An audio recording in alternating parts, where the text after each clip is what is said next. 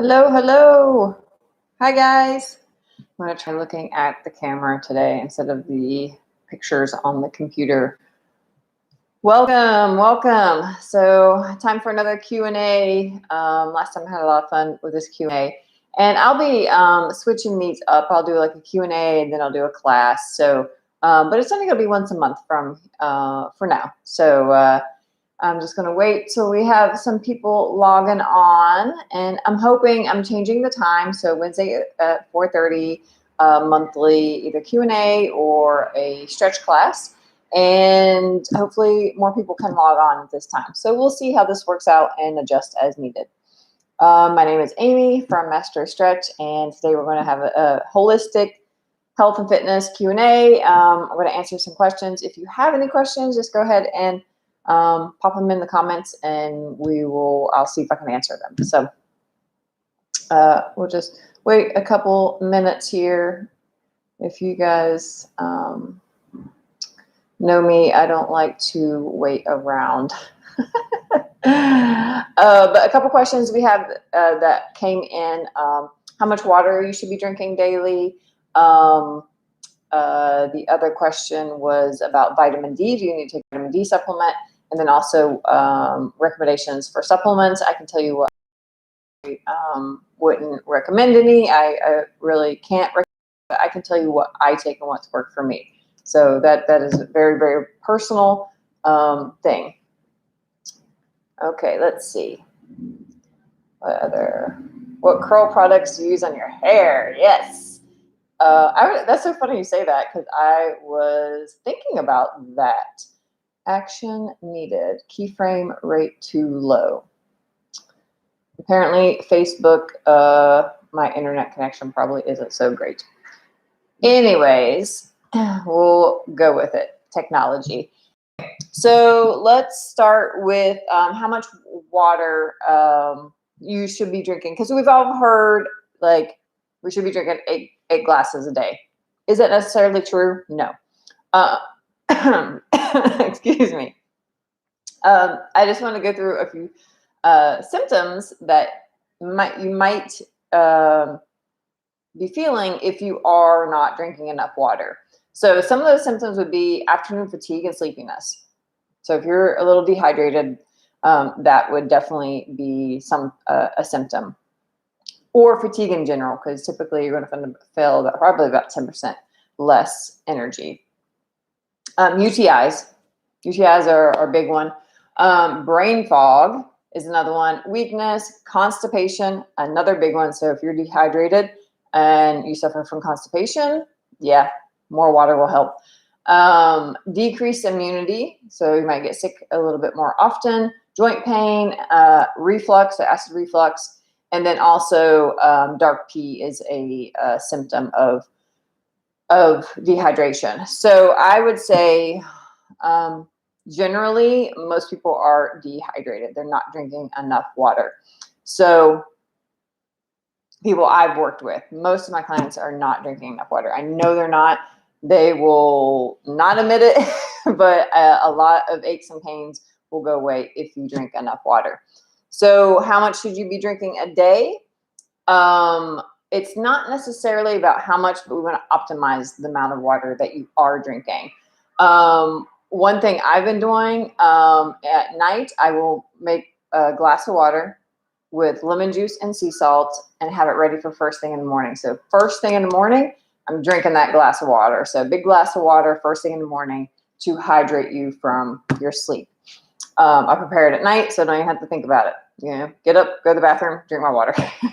So the lemon juice and sea salt help keep you hydrated. The sea salt is very important. You don't want to use table salt, but sea salt, because sea salt has trace minerals, and you want those minerals are good for you. And also that combination, good for detoxing the liver. So a twofer. So I would recommend that. So first thing in the morning, drink your tall glass of water with lemon juice and water. Second tip would be drink a glass before a meal and after a meal. And then another great tip is the eat your water. So don't focus so much on, and some people just don't like to drink that much water, or, in a job that it's difficult to, like nurses or teachers, it's difficult to get that much water. So eat an apple instead, eat some watermelon, eat some cucumber, some celery. All those foods are water dense, and they're going to hydrate you better than a bottle of water, a glass of water. So, cucumber, watermelon, celery, strawberries. All those are top on the list as far as hydrating. Smoothies are another thing. So smoothies are exceptionally hydrating. So if you don't like water, drink a smoothie. That's going to be super hydrating. And then add some flaxseed or ground chia seed, and that's going to even make it more hydrating. And then lastly, you want to move. And walking is great. Any type of movement is great. Movement promotes fluid, moving that fluid in your body so you don't get stiff and tight. So don't underestimate the small movements either. So even just like roll in a circle, roll in the shoulders, circles, making some head circles, little micro movements promote fluid moving in your body, and that's really, really important. And then lifting weights and building strength also is going to help because muscle holds more water. So that's another way to hydrate a little bit better. Okay, question number 2. Does everyone need a vitamin D supplement? Depends. Most of these questions would be, it depends. Everybody's different. There are some stats that say that most people are vitamin D deficient. I would get tested to see if you're vitamin D deficient, because vitamin D is huge for having proper levels is huge for boosting immunity, your immune system. So I would recommend getting tested. Most doctors, traditional doctors, are going to probably say that you're okay if you're over 30, I think is what most doctors would say. Before I moved to Miami, mine was like 32. It was so low. That is not optimal. And we have normal ranges, we have optimal ranges, and you want to be optimal. And this is the functional medicine ranges that you probably want to follow, because those are going to really increase your health. Like those being optimal levels of these tests is you're going to feel better. You're going to feel better if you're more in that range of optimal. So the optimal range for vitamin D is 60 to 80. So you want to be between 60 and 80. So get tested. You can get tested online. You can buy a kit from Everlywell. It's under $100. I don't even think I think it's like $60 from Everlywell. Direct Labs is another one. Another one is, what is that one? Can't think of it at the time, at the moment. But Everlywell and Direct Labs are good ones where they ship it to you. You just take they give you a little pin prick for a blood test, and you just put the blood on a little thing, let it dry, mail it in, and they give you your test results. So I would highly recommend that. So test, don't guess. And then supplements. So the last of the questions I had beforehand are, what supplements do I recommend? So again, test, don't guess. If you're struggling with fatigue or whatever symptoms you may be having, go see a functional medicine doctor and have them run some tests, because they can test so many different things and figure out what might be at the root of your issues. So I would recommend that. Supplements that have really worked for me, and that's, I work with I go to a functional medicine doctor, and they've helped me tremendously, and I'd highly, highly recommend it. But one supplement I can't live without is quercetin. I've always suffered from, allergy stuff, sinus stuff. That's kind of my thing. And so quercetin, I used to take Claritin every day. And now I take it maybe a few times a year. But I do take quercetin, which is a bioflavonoid, and I take that daily. And the good thing about it is you don't have any side effects. It's basically it's a bioflavonoid that's in onions and apples. So it's good for you. Your body knows what to do with it. And it helps prevent those allergy symptoms. You can take it I take two a day. If pollen is high right now, grass pollen is high, so I took another 2, took 4 today. So if I'm feeling like a little stuffy, I can take more and not have any side effects, which is great. So quercetin, I highly recommend if you do have some of that allergy stuff going on. And then a probiotic, I would definitely recommend a probiotic that's really worked for me. Some people maybe not so much, but I need to take probiotic maybe 3 times a week. And I also noticed that because I didn't know if it was working, so I stopped taking it and my allergies got bad. So it definitely helps prevent that leaky gut. And when you have a leaky gut, you can have that histamine response. And so the allergy response goes hand in hand with that leaky gut. So I do a spore probiotic. I use the brand Thrive, but I think another good one is Mega Spore. And so I recommend that spore probiotic. And you can always do a little research about what probiotic is good. Labdoor.com is a great resource for knowing if you're actually getting what it says it is in the supplements. They verify and test a lot of supplements, and that's usually where I go to see if the brand I want is a good brand. So quercetin, probiotic. Now recently, those are kind of the 2 main ones.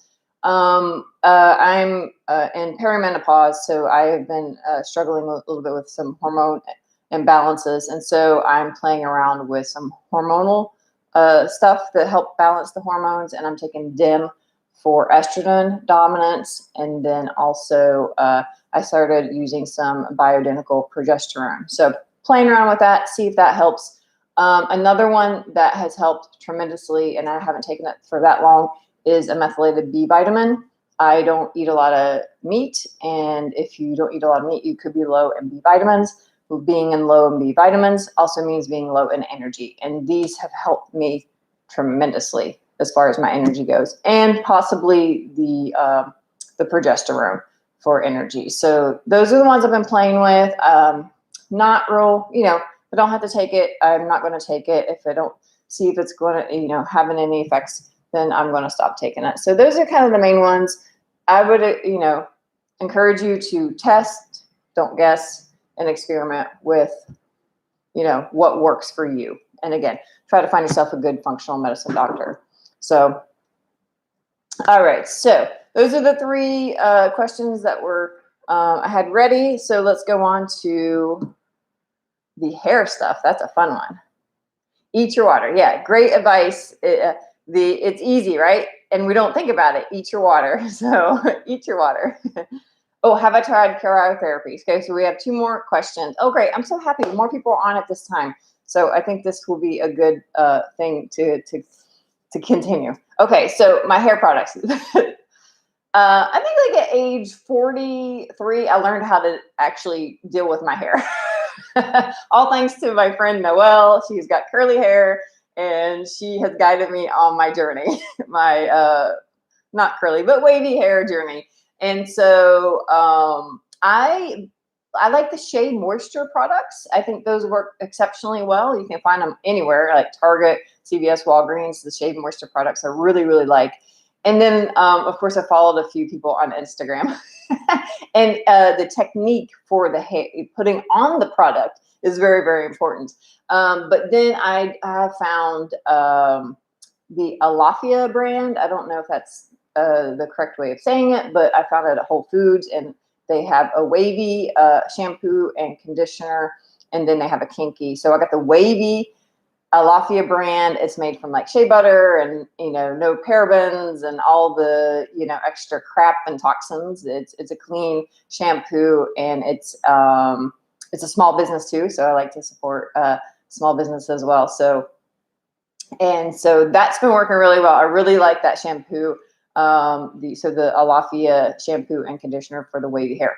And then I've been doing, the conditioner is a leave-in conditioner. So the Alafia shampoo and the Alafia leave-in conditioner. And then I also use their styling gel.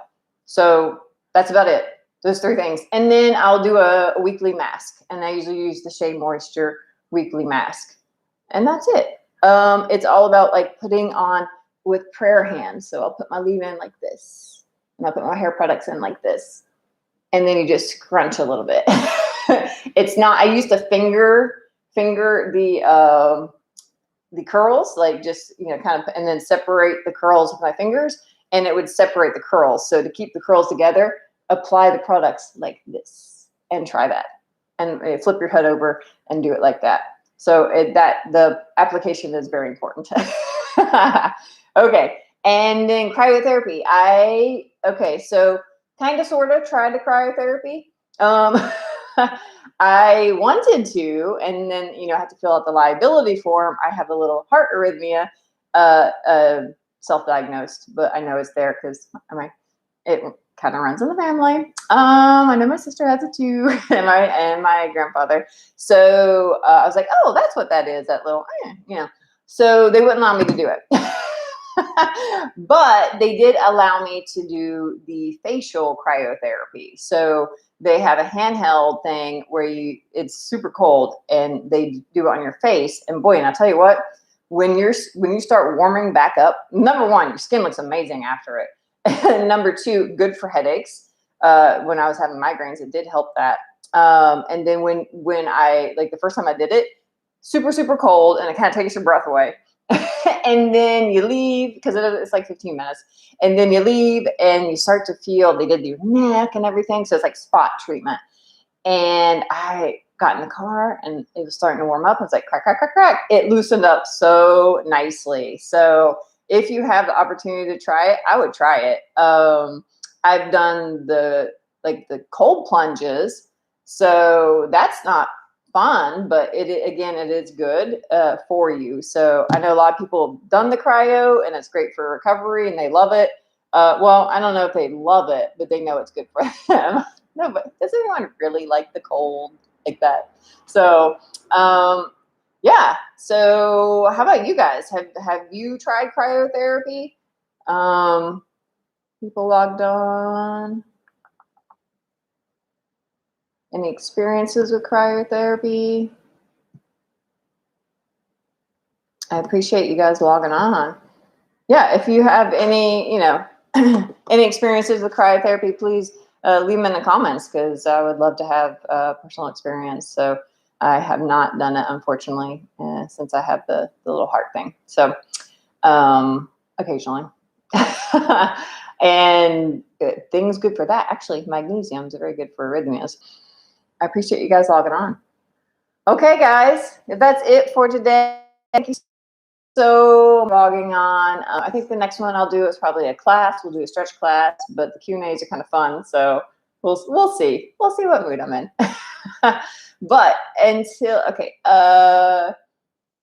oh yes, so you just did cryo. Awesome.